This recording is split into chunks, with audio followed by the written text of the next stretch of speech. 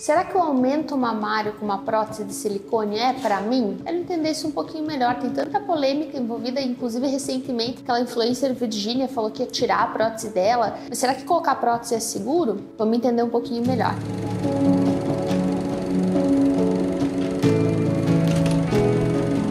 Flávia Bonato, eu sou cirurgia plástica, tenho um tempinho aí de estrada já e voltei com esse meu canal do YouTube. Toda sexta-feira a gente libera vídeo às 7h30 da noite. Se tiver interesse em ser notificado, se inscreve aqui no canal, porque eu acho que você não vai se arrepender, porque toda semana a gente coloca tema bem interessante. E também, se você tiver algum tema de interesse, escreve aqui embaixo que eu vou ficar bem feliz em responder a tua dúvida. Eu adoro conversar com vocês. Vamos conversar sobre o nosso tema do dia hoje, que é prótese de silicone. Para muita gente é um bicho papão, para muita gente é o resgatador da autoestima. Vamos entender um pouco melhor o que acontece, né? As próteses de silicone, elas têm um objetivo de dar volume para a mama. Existem outras próteses de silicone, mas a mais comum é a da mama. Existe de panturrilha, existe de glúteo, mas o que a gente mais usa é a mama. E não existe nada que substitua de maneira segura a prótese de silicone. Ela começou a ser usada lá nos anos 50, 60 e evoluiu muito de lá para cá. Tiveram várias tendências, assim, cápsulas diferentes, texturas diferentes, o preenchimento dela com solução salina e não com silicone, a mesma implantação do dispositivo da prótese de silicone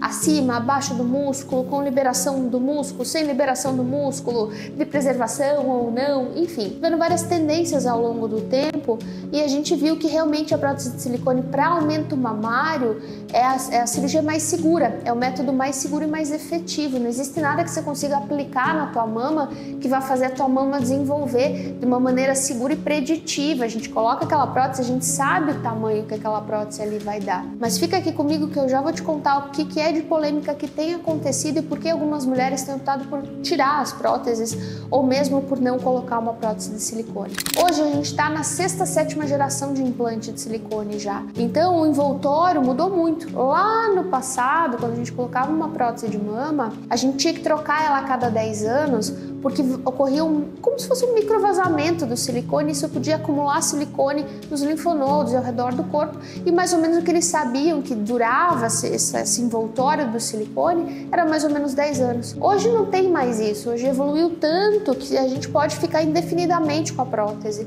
O que a gente tem que saber é assim, a qualquer momento, se tiver alguma queixa, como contratura capsular, ruptura ou queixa estética mesmo, ou enfim, a prótese estiver fora do lugar, alguma coisa assim, você precisa trocar. Você tem que saber que em algum momento da tua vida você vai precisar trocar ou tirar essa prótese, mas não existe mais uma data marcada como existia antigamente, que são os 10 anos. Normalmente a gente fala para fazer um acompanhamento, são exames de rotina de mama, ultrassom, mamografia anuais e ressonância magnética a cada 3 a 5 anos para ver se está tudo em ordem. Estando tudo em ordem, vida que segue. Então, falando um pouquinho sobre a diferença entre a prótese e os outros aumentos, durante a época da residência, que é a formação que o médico faz para virar cirurgião plástico, eu tirei muito silicone industrial de mama, porque o silicone industrial, PMMA também, eles têm um custo muito menor do que uma prótese de mama e não parece meio doido você pensar assim, ah não, eu vou injetar um negócio na minha mama, a mama vai crescer. Parece mais seguro do que colocar uma prótese, mas não é. Porque esses géis, eles misturam ao tecido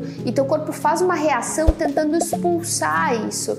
Então dá um pepino danado, faz infecção, faz necrose, faz um monte de coisa. Então não é seguro. Nem o PMMA, nem gel, nem bioestimulador, nem nada é seguro na mama. O que é seguro e o que faz o silicone ser seguro é o fato desse silicone estar envolto por uma cápsula, por uma cobertura e gerar uma cápsula. Essa cápsula é o que faz o teu corpo falar assim, é isso aqui não sou eu, é um tecido diferente. Então ele separa a prótese do corpo. É óbvio que a prótese de silicone produz uma reação no corpo, senão não faria cápsula. E a polêmica que tem tido aí é se essa reação que o corpo sofre com a inclusão da prótese pode levar a outras coisas, como dor de cabeça crônica, como queda de cabelo, como quebra de unha, como ganho de peso, perda de peso, alteração no sono, enfim.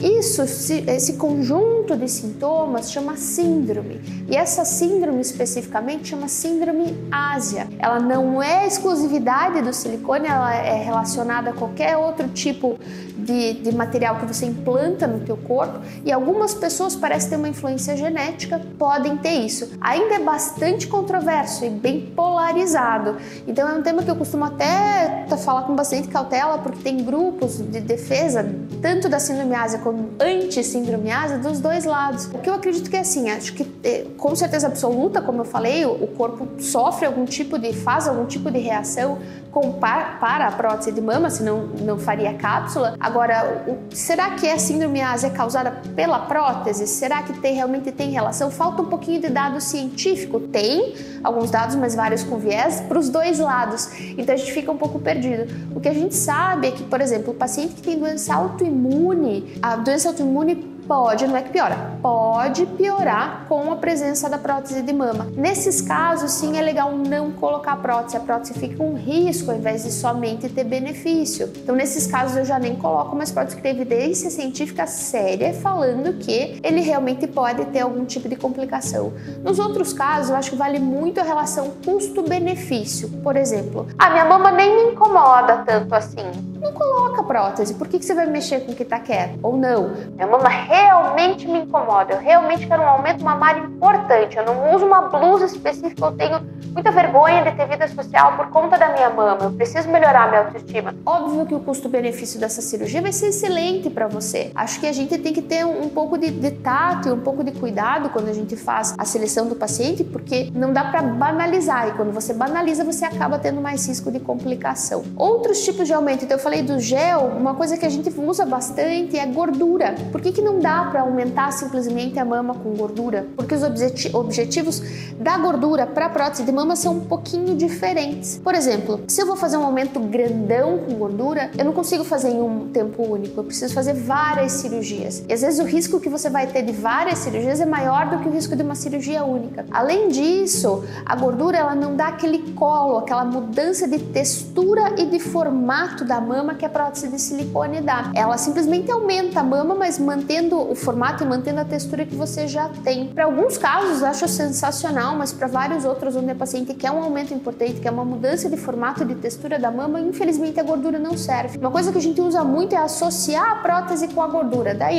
chuchu, porque a gente consegue dar aquele acabamento mais natural para a prótese de mama, consegue fazer a mama ficar mais sutil, sem aquela coisa tão marcada, protege um pouquinho ali o tecido, e essa combinação chama mamoplastia híbrida, é basicamente o que a gente tem feito de mais moderno. Então não é que não existem outras maneiras de aumentar a mama, os géis que não são seguros, a gordura que é menos preditivo, que é menos, a mudança que você tem na mama é menos importante, mas que serve muito bem para alguns casos, principalmente se associado à prótese de silicone, e a prótese de silicone que não é isenta de risco, mas nada nessa vida é isento de risco. Então a gente precisa avaliar aí a questão custo-benefício e a motivação, principalmente na hora de colocar essa prótese, tá? Espero ter ajudado um pouquinho aí com esse tema que é um pouquinho controverso, um pouco complexo.